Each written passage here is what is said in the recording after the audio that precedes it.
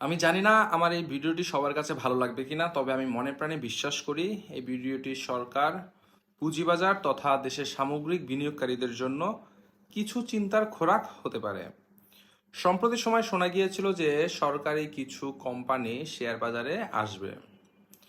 যদি একটা দৃশ্যমান বড় ও আলোচিত কোম্পানি বাজারে আসে তাহলে তা পুঁজিবাজারের জন্য মাইলফলক হবে। দেখুন, ঢাকা মেট্রো রেল বাংলাদেশের ইতিহাসে অন্যতম বৃহৎ অবকাঠামোগত বিনিয়োগ। রাজধানীর যানজট কমানো, সময় সাশ্রয়, জ্বালানি খরচ হ্রাস, পরিবেশ দূষণ কমানো এবং অর্থনীতির উৎপাদনশীলতা বাড়ানোর লক্ষ্যে আপনার নির্মিত প্রকল্পটি হচ্ছে মেট্রো রেল, যার ব্যয় 33,472 কোটি টাকা। এর মধ্যে বড় অংশ এসেছে জাপানের উন্নয়ন সহযোগী সংস্থা জাইকা এর দীর্ঘমেয়াদী স্বল্প সুদের ঋণ থেকে এবং বাকিটা বাংলাদেশ সরকার বহন করেছিল। এটি শুধুমাত্র একটি পরিবহন প্রকল্প নয়, এটি একটি দীর্ঘমেয়াদী রাজস্ব উৎপাদনকারী অবকাঠামো সম্পদ বা রেভিনিউ জেনারেটিং ইনফ্রাস্ট্রাকচারাল অ্যাসেট। বিশ্বের বহু দেশে এমন সম্পদকে শেয়ার বাজারে তালিকাভুক্ত করে সাধারণ জনগণকে মালিকানার অংশীদার হওয়ার সুযোগ দেওয়া হয়েছে। যেমন ধরুন আপনার জাপান, থাইল্যান্ড, হংকং সহ বহু দেশে এরকম উদাহরণ রয়েছে।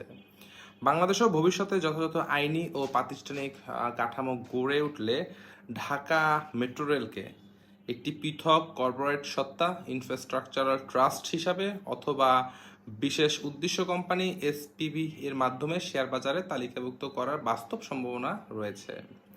বর্তমানে ঢাকা মেট্রো রেলের যাত্রী সংখ্যা ক্রমাগত বৃদ্ধি পাচ্ছে। বিভিন্ন সরকারি তথ্য অনুযায়ী যে প্রতিদিন প্রায় 3.5 লাখ থেকে 4.5 লাখ যাত্রী বহন করছে এবং ছুটির দিনেও উল্লেখযোগ্য সংখ্যক যাত্রী মেট্রো রেল ব্যবহার করেন। গড়ে প্রতিদিন ভাড়া থেকে প্রায় 2.5 কোটি টাকা পর্যন্ত রাজস্ব আদায়ের সক্ষমতা তৈরি হয়েছে। ভবিষ্যতে ট্রেনের সংখ্যা বৃদ্ধি, যাত্রার সময়সীমা বাড়ানো, হেডওয়ে কমানো, নতুন কোচ সংযোজন এবং নতুন রুট চালু হলে দৈনিক রাজস্ব আরও উল্লেখযোগ্যভাবে বাড়তে পারে। বিশেষ করে সকাল থেকে গভীর রাত পর্যন্ত সেবা চালু হলে এবং অফিস, ব্যবসা ও বিনোদন কেন্দ্রগুলোর চাহিদা পূরণ করা গেলে যাত্রী সংখ্যা কয়েক বছরের মধ্যে দৈনিক 6 থেকে 8 লাখে ছাড়িয়ে যাওয়ার সম্ভাবনা উড়িয়ে দেওয়া যায় না। অন্যদিকে প্রতিদিন পরিচালন ব্যয়ের মধ্যে বিদ্যুৎ, চালক ও অপারেশন স্টাফের বেতন, নিরাপত্তা, স্টেশন ব্যবস্থাপনা, পরিচ্ছন্নতা, রক্ষণাবেক্ষণ, যন্ত্রাংশ পরিবর্তন, সফটওয়্যার ও সিগন্যালিং, বীমা এবং প্রশাসনিক ব্যয় অন্তর্ভুক্ত থাকে। পূর্ণাঙ্গ সরকারি হিসাব প্রতিদিন প্রকাশ করা হয় না, তবে আন্তর্জাতিক মেট্রো ব্যবস্থার ব্যয় কাঠামোর সঙ্গে তুলনা করলে যে ধরা যায় যে দৈনিক পরিচালন ব্যয় কোটি টাকার মধ্যে সীমাবদ্ধ থাকে এবং যাত্রী সংখ্যা বৃদ্ধির সঙ্গে প্রতি যাত্রীর গড় পরিচালন ব্যয় ক্রমান্বয়ে কমতে থাকে। অর্থাৎ একটি নির্দিষ্ট যাত্রী সংখ্যা অতিক্রম করার পর অপারেটিং মার্জিন উল্লেখযোগ্যভাবে উন্নত হয়। অবকাঠামোতে বা অবকাঠামো খাতে এটি হচ্ছে সবচেয়ে গুরুত্বপূর্ণ বৈশিষ্ট্য যে প্রাথমিক মূলধন ব্যয় অত্যন্ত বেশি হলো, একবার অবকাঠামো তৈরি হয়ে গেলে অতিরিক্ত ব্যবহারকারী যোগ হওয়ার সাথে সাথে দ্রুত ইনকামটা বাড়ে, কিন্তু ব্যয় একই হারে বাড়ে না। বাংলাদেশ যদি ঢাকা মেট্রো রেলকে শেয়ার বাজারে আনার কথা বিবেচনা করে তাহলে প্রথমেই এটিকে একটি স্বতন্ত্র বাণিজ্যিক প্রতিষ্ঠানে রূপান্তর করতে হবে।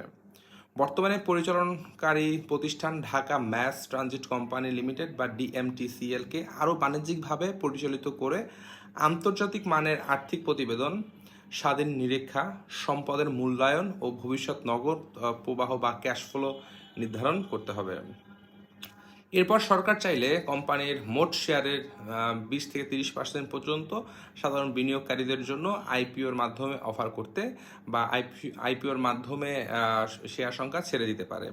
এতে সরকার 70 থেকে 80% মালিকানা নিজের কাছেই রেখে নিয়ন্ত্রণ বজায় রাখতে পারবে, আবার একই সঙ্গে জনগণও এই জাতীয় সম্পদের অংশীদার হতে পারবে। বিশ্বের বহু দেশের বিমানবন্দর, বন্দর, টোল রোড এবং বিদ্যুৎ অবকাঠামোতে এই ধরনের মডেল সফলভাবে ব্যবহৃত হয়েছে। ধরা যাক যে মেট্রো রেলের সম্পদের ন্যায্য মূল্য ভবিষ্যতে বাজার ভিত্তিক মূল্যায়নে প্রায় 40,000 থেকে 50,000 কোটি টাকা নির্ধারিত হলো। এবং সরকার এর 20% শেয়ার বাজারে ছাড়লো। তাহলে সরকার এককালীন প্রায় 10,000 কোটি টাকা বাজার থেকে মূলধন সংগ্রহ করতে পারবে। এই অর্থ দিয়ে কিছু এফডিআর, নতুন মেট্রো রেল লাইন, সড়ক, ফ্লাইওভার, হাসপাতাল, শিক্ষা প্রতিষ্ঠান কিংবা বিদ্যমান বৈদেশিক ঋণের একটি অংশ পরিশোধ করা সম্ভব হবে। অর্থাৎ একই সম্পদ সরকারের নিয়ন্ত্রণে রেখেই নতুন উন্নয়ন প্রকল্পের অর্থায়ন করা যাবে। বিনিয়োগকারীদের সবচেয়ে বড় প্রশ্ন হবে যে ডিভিডেন্ড কোথা থেকে আসবে। এর উত্তর খুবই সরল। মেট্রো রেলের আয় শুধু যাত্রী ভাড়া থেকে নয়, স্টেশনের দোকান ভাড়া, বিজ্ঞাপন, ডিজিটাল বিলবোর্ড, ব্র্যান্ডিং অধিকার, টেলিকম অবকাঠামো, ফাইবার অপটিক ভাড়া এবং ভবিষ্যতে ট্রানজিট ওরিয়েন্টেড ডেভেলপমেন্ট বা টিওডি থেকেও উল্লেখযোগ্য রাজস্ব আসতে পারে। এসব আয় থেকে পরিচালনা ব্যয়, রক্ষণাবেক্ষণ ব্যয়, ঋণের সুদ, অবচয় ও ভবিষ্যৎ সম্প্রসারণের জন্য প্রয়োজনীয় সংরক্ষণ বাদ দিয়ে যে নিট থাকবে তার একটি অংশ কোম্পানি ডিভিডেন্ড হিসাবে শেয়ার হোল্ডারদের বিতরণ করতেই পারবে। অবকাঠামো ভিত্তিক কোম্পানিগুলো সাধারণত স্থিতিশীল নগদ প্রবাহের কারণে দীর্ঘমেয়াদে নিয়মিত লভ্যাংশ প্রদানের সক্ষমতা অর্জন করে। জনগণের জন্য এর সবচেয়ে বড় সুবিধা হবে জাতীয় সম্পদের মালিকানার সরাসরি অংশগ্রহণ। বর্তমানে একজন নাগরিক মেট্রো রেলের সেবা গ্রহণ করে ঠিকই, কিন্তু তার আর্থিক সাফল্যের অংশীদার হতে পারে না। শেয়ার বাজারে তালিকাভুক্ত হলে একজন সাধারণ বিনিয়োগকারী, একদম সাধারণ বিনিয়োগকারী অল্প অর্থ দিয়েও মেট্রো রেলের অংশীদার হতে পারবেন। যাত্রী সংখ্যা বাড়লে, ইনকাম বাড়লে এবং কোম্পানি মুনাফা বাড়লে তিনি তো ডিভিডেন্ড পেয়ে যাচ্ছেন। পাশাপাশি শেয়ারের মূল্য দীর্ঘমেয়াদে বাড়তে পারে। এতে অবকাঠামো উন্নয়নের সুফল সরাসরি জনগণের কাছে পৌঁছাবে। সরকারের জন্য এটি একটি কৌশলগত সুবিধাও হবে যে প্রতি নতুন অবকাঠামো প্রকল্পে শতভাগ সরকারি অর্থ বা বৈদেশিক ঋণের উপর নির্ভর না করে বিদ্যমান সফল প্রকল্পের আংশিক মালিকানা বাজারে বিক্রি করে নতুন উন্নয়নের অর্থ সংগ্রহ করা যাবে। এতে সরকারের ঋণ নির্ভরতা কমবে, পুঁজিবাজারের গভীরতা অনেক বাড়বে এবং দেশের দীর্ঘমেয়াদী সঞ্চয় উৎপাদনশীল সম্পদে বিনিয়োগের সুযোগ পাবে। বাংলাদেশের শেয়ার বাজারের জন্য এটি যুগান্তকারী পরিবর্তন আনতে পারে। বর্তমানে বাজারে কয়েক হাজার কোটি টাকা বড় ও স্থিতিশীল সরকারি অবকাঠামো কোম্পানি নেই বললেই চলে। ঢাকা মেট্রো রেলের মতন একটি উচ্চমানের সম্পদ তালিকাভুক্ত হলে বাজারের মোট বাজার মূলধন, যেটাকে আমরা মার্কেট ক্যাপিটালাইজেশন বলে থাকি, তা উল্লেখযোগ্যভাবে বাড়বে। বিদেশি প্রাতিষ্ঠানিক বিনিয়োগকারীদের আগ্রহ বৃদ্ধি পাবে, কেননা বিভিন্ন দেশে এটা রয়েছে, এবং পেনশন ফান্ড, বীমা কোম্পানি, মিউচুয়াল ফান্ড ও দীর্ঘমেয়াদী বিনিয়োগকারীদের জন্য একটি নিরাপদ ও স্থিতিশীল বিনিয়োগের সুযোগ সৃষ্টি হবে। এতে বাজারে জল্পনার পরিবর্তে দীর্ঘমেয়াদে বিনিয়োগের সংস্কৃতি শক্তিশালী হতে পারে। সবচেয়ে গুরুত্বপূর্ণ বিষয় হচ্ছে মেট্রো রেলের ব্যবসা এখনও বিকাশমান।